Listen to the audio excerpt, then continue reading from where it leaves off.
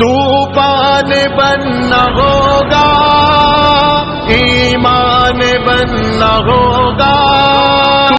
करोड़ों हिंदू मजदूर सड़क पर पैदल और भूखे प्यासे मर रहे हैं। कहाँ गए हिंदुओं के ठेकेदार? भगवाधारी भी इनकी मदद करने क्यों नहीं आ रहे? अब हिंदू खतरे में नहीं है क्या? अब हिंदू ही नहीं बल्कि हिंदू का परिवार, हिंदू के बच्चे, हिंदू की नौकरी, हिंदू की जान भी खतरे में है। जिस देश के मजदूर हजारों किलोमीटर पैदल चलकर अपने घर जा रहे हों, वहाँ का प्रधानमंत्री आत्मनिर्भरता का भाषण दे, उससे क्या उम्मीद करोगे? आज समझ में आया हमारे पूर्वजों ने 70 साल तक बीजेपी को वोट क्यों नहीं दिया। क्योंकि वो जानते थे इनकी औकात देश चलाने की नहीं बल्कि हिंदू मुसलमान में दंगा कराने की है। मेरी बात याद रखना, हिंजड़ों से औलाद और बीजेपी से विकास की उम्मीद केवल आसाराम राम रहीम की गुफाओं में पैदा होने वाले अंधभक्त ही कर सकते हैं। तबाह होकर भी तबाही नहीं दिखती है, अंधभक्ति है जनाब, इसकी दवाई नहीं बिकती। धर्म को धंधे में मिला दिया जाए तो बड़ा फायदा है। किसान 50 रुपए लीटर गाय का दूध नहीं बेच पाता, रामदेव 90 रुपए लीटर गाय का मूत्र बेच लेता है।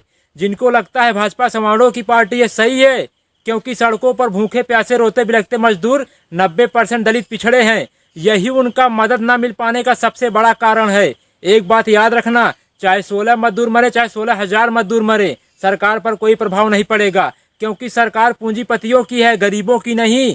बटन दबाकर उंगली में स्याही देखकर खुश होना ही लोकतंत्र नहीं है। अपने अधिकार के लिए सरकार को उंगली दिखाकर सवाल पूछना भी एक लोकतंत्र है। रेलवे बिकेगा, एयर इंडिया बिकेगा, बिकेगा देश का कोना कोना। कोरोना से भी खतरनाक बीमारी है यारो अंधभक्त का होना।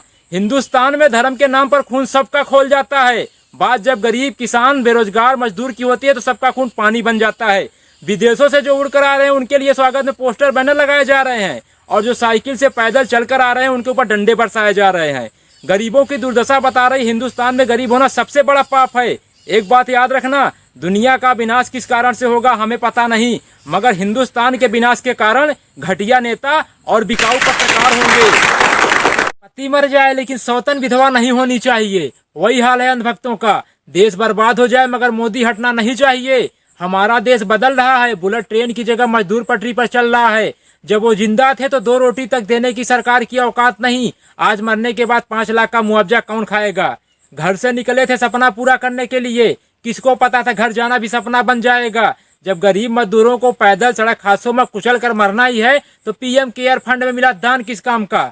जो सरकार गरीब मजदूरों को घर तक पहुंचाने का ट्रेन का किराया तक ना दे सकी, वो 20 लाख करोड़ का पैकेज क्या देगी? एक बात याद रखना, बिखरेंगे जमी पर तो रमक छोड़ जाएंगे, बिखरेंगे जमी पर तो रमक छोड़ जाएंगे। गरीब है तो क्या हुआ, मरने के बाद भी गरीबी वाली महक छोड़ जाएंगे।